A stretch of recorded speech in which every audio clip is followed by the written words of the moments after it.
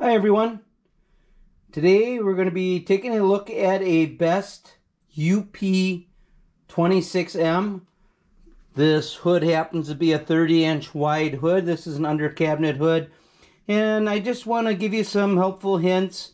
If by chance the knobs would break, how to get them out, or if the light bulb burns out, how you can get them out. And we're going to start with the switch. It's the light switch and fan switch. If by chance this knob would break, we do sell a service part.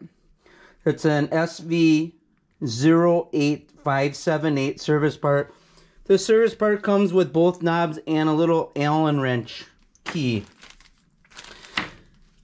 On the knob, up around the perimeter of the knob, there's a little hole. If you stick the Allen wrench inside the hole, you can loosen the knob up and the knob will come out. If you take a look at this knob has a little hole. Once you tighten that set screw inside there, it tightens up against the switch post. So it's as easy as that to remove them.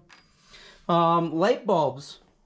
To get light bulbs out, sometimes light bulbs can be difficult. They do make what we call a suction cup tool.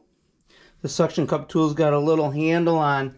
If you put the suction cup and stick it to the bulb, just push up a little bit, turn a quarter of a turn to the left, that bulb will come right out.